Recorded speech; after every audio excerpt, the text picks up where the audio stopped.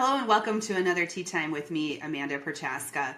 Today we are going to be talking about the top questions that you need to be asking yourself when selecting a ProcureTech if you are in a mid-market sized business versus an enterprise business. Grab your drink of choice and let's go ahead and get started.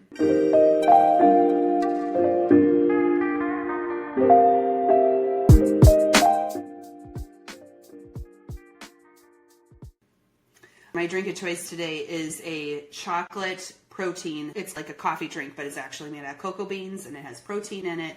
It's a great way to start my day. I hope you have your favorite drink of choice because this is an interesting conversation. Obviously, the ProcureTech world is shifting dramatically right now with the rise of all kinds of different AI technologies that are becoming available.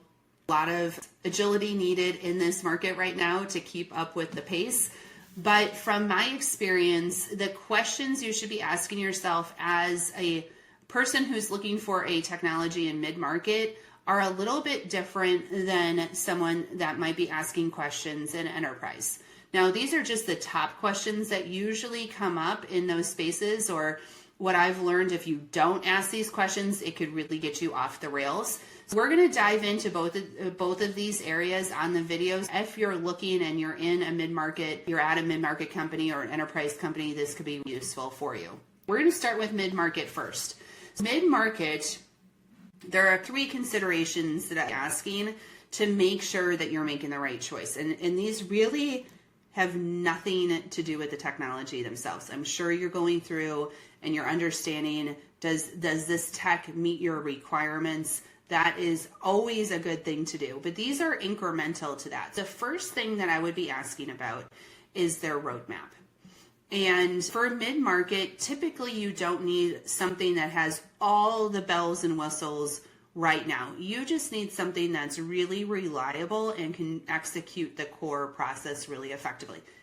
However, if you are in a growth-related company, you need to consider, does the technology, yes, work today? It's very simplistic, it's straightforward, but can I grow into that as my business might be expanding overseas? We might be acquiring new business units. How do I see this technology performing for us well into the future? Is it going to grow with us? I would get a very, very clear understanding of where their investments are going, where their roadmap from a product standpoint might be going, so you can think through, is this going to work based off of our growth plans as a company? If I invest in this today, will it still work for us 3 years from now, 4 years from now, or are we going to be replacing it then? One huge consideration. Another really big consideration for mid-market, folks that are operating in mid-market, is the resourcing around supporting these technologies.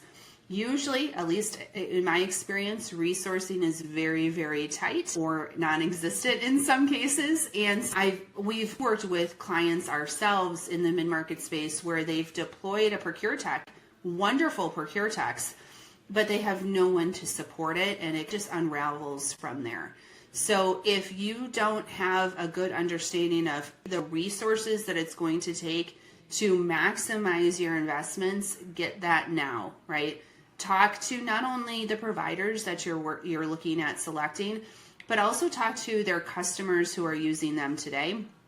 And if you can, maybe find those customers without going through the tech provider. You'll maybe get a more clear picture that way. But do your research here. These technologies, no matter if it's an AI agent or a traditional ProcureTech source pay solution, they do take resources to support and continue to maintain and build upon. So there's always going to be continuous improvement and other things to be looking at to maximize your ROI, but you will need resources to do that. It doesn't do it just automatically. So that's consideration number 2. Consideration number 3 for a mid-market is, what does it actually take to get to the ROI that is being touted in the sales cycle? I'm going to give you an example. We've had 3 or 4 clients actually this year that have deployed a source through pay solution, but they didn't have procurement organizations yet. And one of the first things that I always do when we engage with a client is we ask for the original business case. And in all of these examples, the original business case had sourcing savings as one of the big levers, and then the other one was reduction in the cost for AP resources because of e-invoicing. So those were the 2 major levers across multiple organizations in the mid-market. But when they deployed, they didn't have a procurement organization. So who was doing the sourcing was up in the air, right? And now they're coming around to actually getting the sourcing team in place. But you need to understand that when you deploy a source to pay solution or other solutions that are becoming available, how do you actually achieve those savings? What resources are needed? But then what does the process look like to actually get to those? A lot of times these technologies enable you to get there, but it doesn't get there on that's just solely by itself. If you are seeing savings numbers in these business case examples, I would be asking myself, well, what do I need to be able to get to those savings? Yes, deploy the technology, but then what else do I need to do? The other thing that is on the AP side is, well, if we're going to automate our invoices, what is our supplier enablement strategy to actually get there, and how long is that going to take, and what resources are needed, what process controls do I need to put in place to actually achieve those numbers? Dive in there, because if you don't return, it's very hard, especially in the mid-market, to get additional investment long term. We want to make sure you just knock this out of the park. In summary, for a mid-market, if I were to be looking at a ProcureTech solution right now, or any of the other technologies, the agentic AI or whatever you might be looking at, I would be asking myself these 3 questions. Ability to grow with you. What's the support structure needed, and what does it take to actually achieve that ROI that you're seeing on these business cases? So that's your mid-market considerations. Talk about enterprise. Now these are usually very large, thousands of users. You have multinational or even truly global footprints.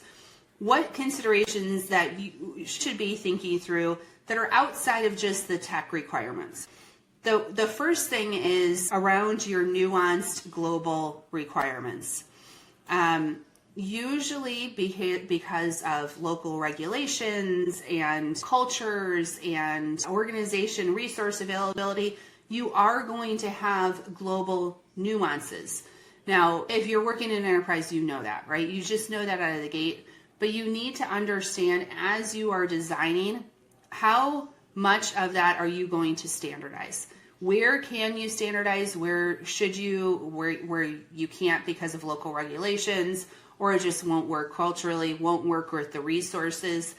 I've seen organizations try to do a one-size-fits-all, and then they have to go back through and correct a lot. I know we want to get to one core operating model, but sometimes that's very difficult to do.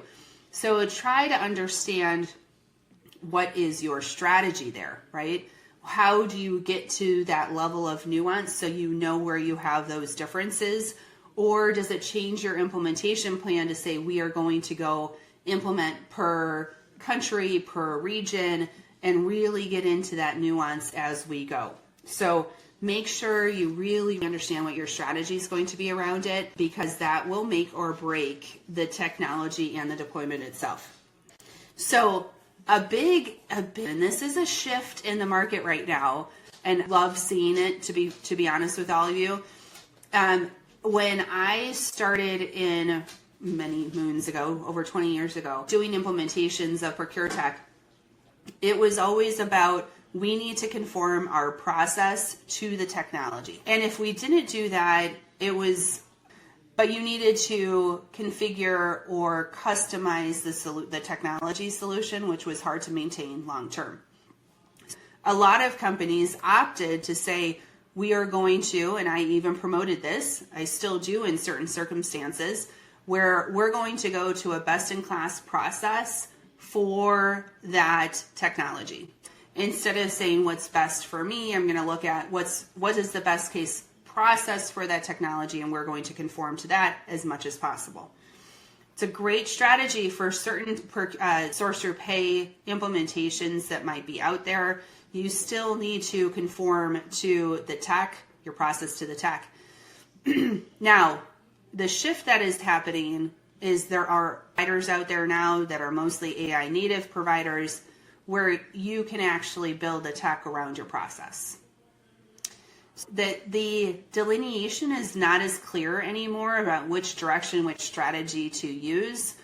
If I were to be investing in one of these solutions right now, I would make sure that everyone, all of your steerco, your executive sponsors, understand what strategy you are going to do.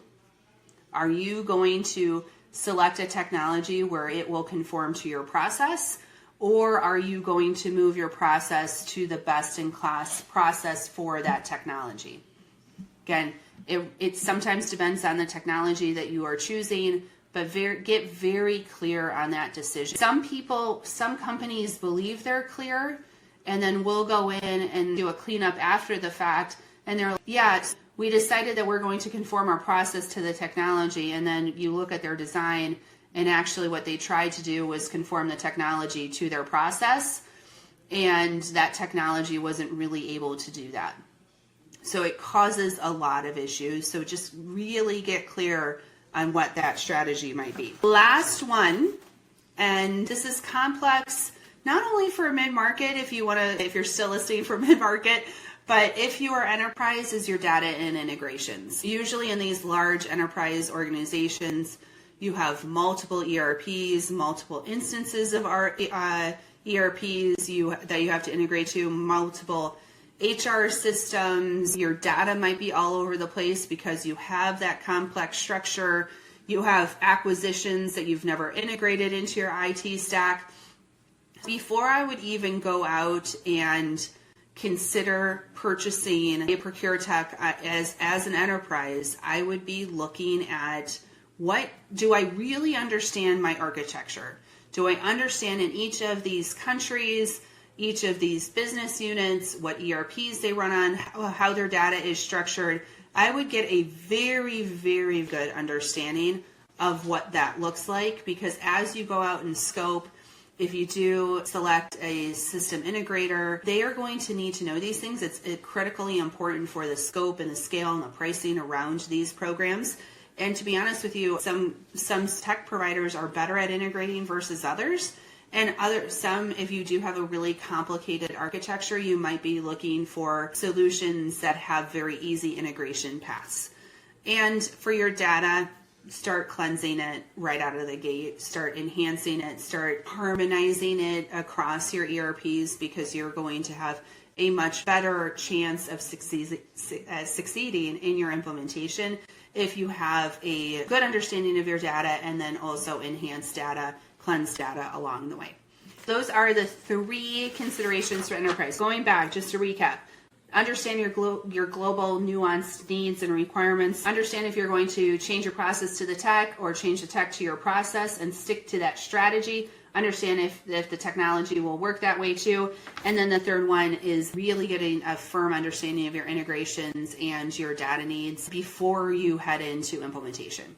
I love bringing these videos to you. I founded Wonder Services 6 years ago now, with the understanding that change adoption and using these technologies is the way to go. It's the hard part, but all of what I talk about, whether it's really change specific or stuff like this, it helps us understand the work effort that it takes and the ability to achieve success. So if you loved this video today, hit the like button and the subscribe, and we will be coming back with more content on a regular basis.